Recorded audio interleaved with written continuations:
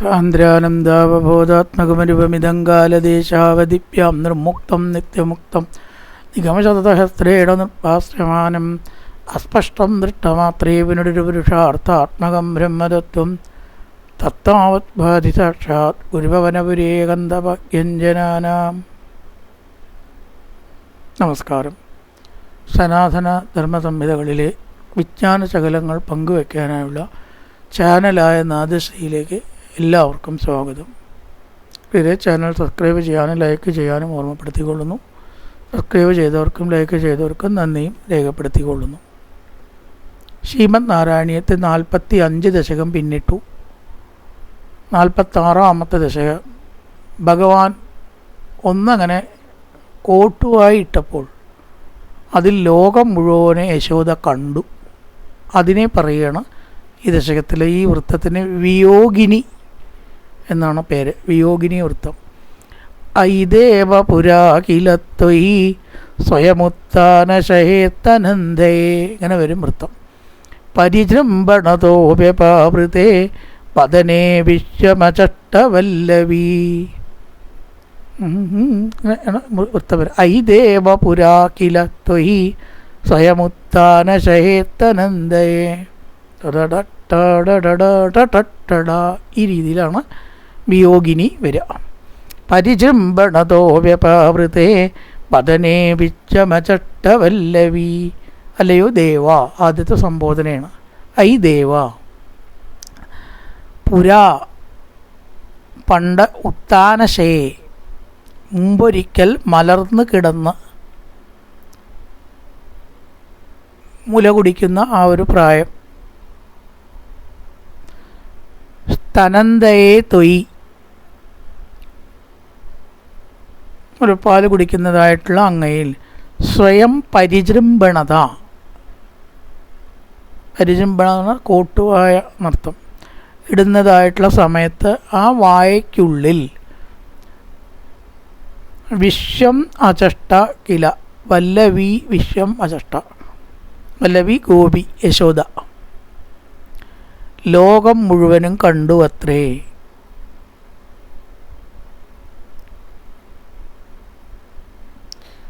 മുമ്പൊരിക്കൽ കാണിച്ചു കൊടുത്തു എന്നാണ്.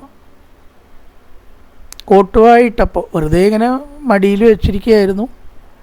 മുലപ്പാൽ കുടിക്കണ വളരെ ചെറിയ കുട്ടി ഒന്നങ്ങനെ കോട്ടുവായിട്ടപ്പോൾ അതിൽ ലോകം മുഴുവനെ കണ്ട ഒരു സംഭവം ഇതിനു മുമ്പേ ഉണ്ടായിട്ടുണ്ട്. അത് വിശ്വരൂപ ദർശനത്തിൻ്റെ ഒരു പ്രാരംഭം. ഇത്രയേ ഉള്ളൂ. ഇനി ശരിക്കും ഒന്ന് കാണിച്ചു കൊടുക്കുകയാണ്. 2 പ്രാവശ്യം കാണിക്കുന്നുണ്ട്. ഐ ദേവ പുരാ പണ്ടൊരിക്കൽ കില തൊയ് സ്വയം താനശയത്തനന്ദയെ. അങ്ങ് മുല കുടിക്കുന്ന, മുലപ്പാൽ കുടിക്കുന്ന അത്രയും ചെറിയ പ്രായത്തിൽ ഓട്ടുവായിട്ടപ്പോൾ പരിജൃംഭണതോ വ്യപാവൃതേ. വ്യപാവൃതേ വദനെ, തുറന്ന വായയ്ക്കുള്ളിൽ. വദനെ വിശ്വമചഷ്ടവല്ലവി. വ്യപാവൃതേ വദനെ വല്ലവി വിശ്വം അചഷ്ട. യശോദ ലോകത്തെ കണ്ടു. എവിടെ കണ്ടു? വായിൽ. വദനെ, എങ്ങനത്തെ വദനെ? വ്യപാവൃതേ, തുറന്ന വായിൽ. പുരാ തനന്തയെ പരിജൃംഭണതോ വല്ലവി വ്യപാവൃതേ വദനെ വിശ്വം അചഷ്ട. ലോകത്തെ കണ്ടു. ഇത് ആദ്യത്തെ സംഭവം. ഈ രണ്ടാമത് ഒരിക്കൽ കൂടി വിശ്വരൂപദർശനമുണ്ട്. അതാണ് ഇവിടുന്ന് അങ്ങോട്ട് പറയാൻ പോണത്. പുനരപ്യത ബാലകേ സമം ത്വയിലീല നിരതേ ജഗത്പദേ ബലസഞ്ചയ വഞ്ചനകൃത തവ മൃദ്ഭോജനഭൂചുരർഭഗ. വിയോഗിനി വൃത്താണ്. പുനരപ്യത ബാലകേ ശ്രമം ത്വയിലീല നിരതേ ജഗത്പദേ ബലസഞ്ചയ വഞ്ചനകൃത തവ ഭോജനഭൂചുരർഭഗ. ഹേ ജഗത്പദേ, വീണ്ടും സംബോധന.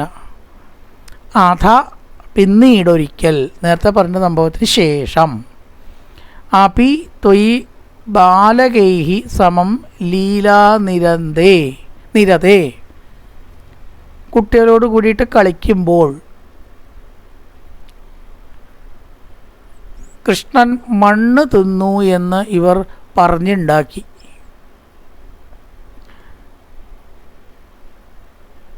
അത് ഭാഗവതത്തിലും പറയുന്നുണ്ട്, മണ്ണ് തിന്നു എന്ന പ്രസ്താവം.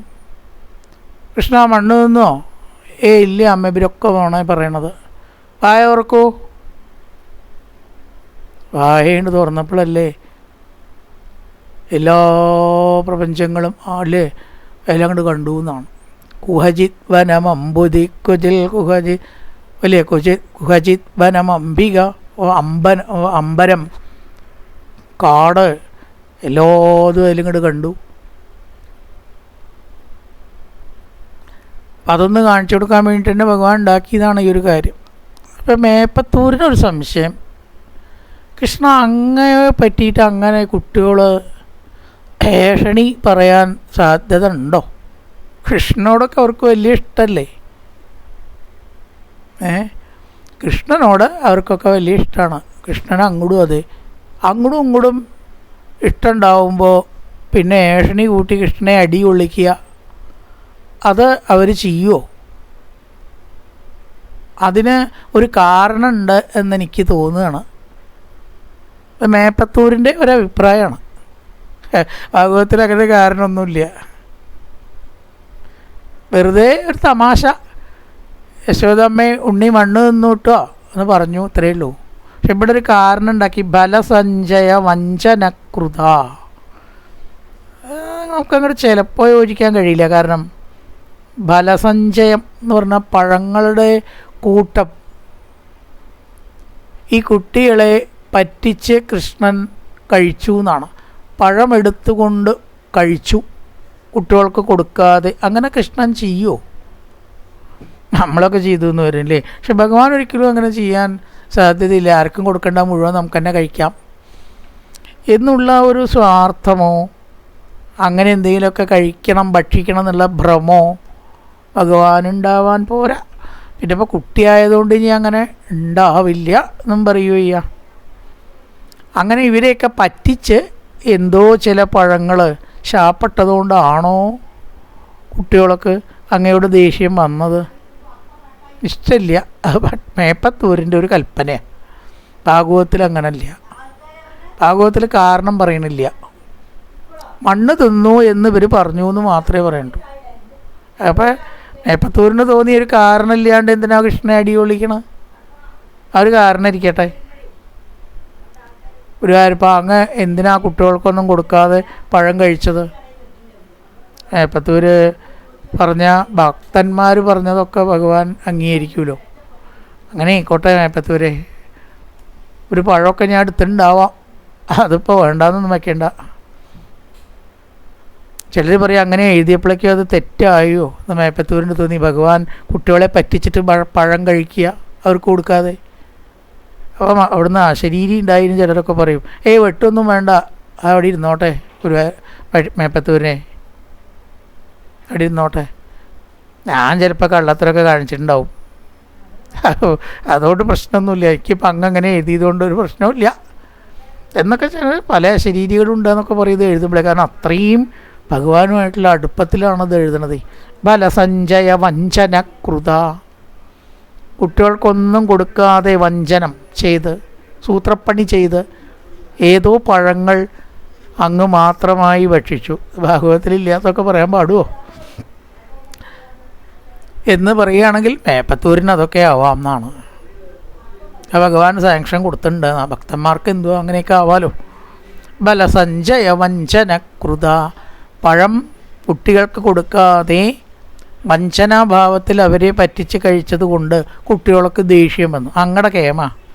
അങ്ങനെയാണെങ്കിൽ കൃഷ്ണനെ രണ്ട് കൊള്ളിക്ക് തന്നെ വഴി. അതിന് സൂത്രമുണ്ട്. നമുക്ക് യശോദമ്മോട് കൃഷ്ണൻ മണ്ണ് തിന്നു എന്ന് പറയാം, പറഞ്ഞാൽ രണ്ട് കിട്ടാതിരിക്കില്ല, ഉറപ്പാ. ബലസഞ്ചയ വഞ്ചനകൃത തവ മൃദ്ഭോജനം, മൃത് മണ്ണ്, അങ്ങയുടെ മണ്ണ് ഭക്ഷിക്കലിനെ കുറിച്ച് അർഭകാഹ കുട്ടികൾ യശോദയോട് പറഞ്ഞു.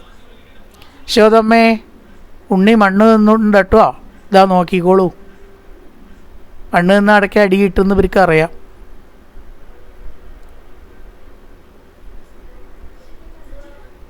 യശോദ അവിടെ എന്തോ പണിയെടുക്കുമ്പോഴാണ് ആരോ പറഞ്ഞത്, ഇതാ ഉണ്ണി മണ്ണ് നിന്നു.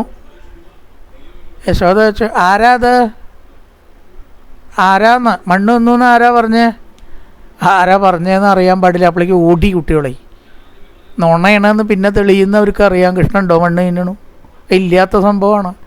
ആരാ അതെന്ന് ചോദിച്ചപ്പോഴേക്കും കുട്ടികൾ ഓടിയിരിക്കണു. നോക്കുമ്പോൾ എന്തായാലും കൃഷ്ണൻ മണ്ണ് തിന്നു എന്നാണല്ലോ പറഞ്ഞത്. വിളിക്കുക തന്നെ, കൃഷ്ണ അവിടെ വരൂ, വായ തുറക്കൂ. ഐതേ പ്രളയാവതോ വിഭോഷിരിതോയാതിസമസ്തഭക്ഷിണ. അട്ടിരിപ്പാട് പറയണ, പ്രളയകാലം വരുമ്പോൾ ഈ ഭൂമിയും പ്രപഞ്ചവും മുഴുവൻ സർവേശ്വര അങ്ങ് വിഴുങ്ങും. കറ്റിയായിട്ടും എല്ലാം ഭഗവാന്റെ വായിലേക്കാണ് പോവുകയെ. അങ്ങനത്തെ ഭഗവാൻ ഇപ്പോൾ ലേശം മണ്ണ് തിന്നിട്ട് വല്ല സൂക്കടോ രോഗമോ വരുമോ എന്ന് യശോദ വെറുതെ പേടിച്ചു. സ്ത്രീ സഹജം കൊണ്ടുള്ള പേടിയുണ്ടേ. ഐതേ പ്രളയാവതോ വിഭോഷിരിതോയാതി സമസ്തഭക്ഷിണ. ക്ഷിതി ഭൂമി, തോയം വെള്ളം. ലോകത്തിലത്തെ മുഴുവൻ വെള്ളവും ഭൂമിയും അങ്ങ് ഭക്ഷിക്കാറുണ്ട് ഗുരുവായൂരപ്പ. അങ്ങനത്തെ അങ്ങേക്കൊരു ലേശം മണ്ണ് തിന്നാൽ എന്തെങ്കിലും അസുഖം പിടിച്ചെങ്കിലോ എന്ന് അമ്മ എന്ന ഭാവേന പേടിച്ചു. മൃദുപാശനതോ രുചാപവേദിതി ഭീതാ ജനനീ ചുകോപസ. അമ്മ ദേഷ്യപ്പെട്ടു. ചുകോപ ദേഷ്യം വന്നു. യശോദ ചോദിച്ചു, ഐ ദുർവിനിയാത്മകത്വയാ. വികൃതി, ദുർവിനിയാത്മക എന്ന് പറഞ്ഞാൽ വികൃതി കാണിക്കുന്നവൻ ചീത്ത കുട്ടി എന്നൊക്കെ അർത്ഥം. നീ കുസൃതി കാണിക്കണ്ടല്ലേ, അതിനൊക്കെയുള്ളതിനെ ദുർവിനയാത്മക. നല്ല കുട്ടിയല്ല, ഗുഡ് ബോയ് അല്ല എന്നുള്ളത് നമ്മൾ പറയാറുണ്ടല്ലോ. എന്നാൽ ദുർവിനയാത്മക, ബാഡ് ബോയ്. വികൃതി. കിമോ മൃത്സ ബധവത്സഭക്ഷിത. മണ്ണ് നിന്നോ കൃഷ്ണ? മൃത്സ മണ്ണ്, ബധ വത്സഭക്ഷിത. കുട്ടി നീ മണ്ണ് നിന്നോ? ആ കുട്ടികളൊക്കെ എന്താ പറയണ? ഇതി മാതൃഗിരം ചിരം വിഭോ. ഇങ്ങനെ അമ്മയുടെ വാക്ക് ഇങ്ങനെ കേട്ടു. വിധതാം താം പ്രതിജനിഷേകസനില്യമേ സർവേ മിഥ്യാഭിശംസിന. എല്ലാവരും ഇല്ല എന്നാണ് നുണയാണ് പറയണത്. ഇല്ലാത്തതുണ്ട് എന്ന് പറയണവരാ നമ്മളൊക്കെ. സത്യമാണല്ലോ ഈ പ്രപഞ്ചം എന്ന് പറയണതുണ്ടോ? പക്ഷേ നമ്മളൊക്കെ ഉണ്ട് എന്ന് പറഞ്ഞിട്ടല്ലേ നടക്കണം. അപ്പോൾ ലോകത്തിലെല്ലാവരും ഇല്ലാത്തതുണ്ട് എന്ന് പറഞ്ഞ് നടക്കണതാണ്. അങ്ങനെ എടുക്കാമെന്നാണ് വലിയ അർത്ഥത്തിൽ. ഇവരൊക്കെ ഇല്ലാത്ത പറയുകയാണ് അമ്മേ, വിശ്വസിക്കേണ്ട എന്ന് പറഞ്ഞ് ഭഗവാൻ ആ കുട്ടികളുടെ വാക്കിനെ നിഷേധിച്ചു. ഇത് മാതൃഗിരം ചിരം വിഭോ. അമ്മയുടെ വാക്ക് കേട്ട് വിധതാം താം പ്രതിജനിഷേകസൻ, ഇല്ല ഇല്ല ഇല്ല എന്ന് പ്രതിജ്ഞ ചെയ്തിട്ട് അമ്മയെ ബോധ്യപ്പെടുത്തി. നല്ലൊരു പ്രഭാതം എല്ലാവർക്കും ആശംസിച്ചുകൊണ്ട് നിർത്തുന്നു. നമസ്കാരം.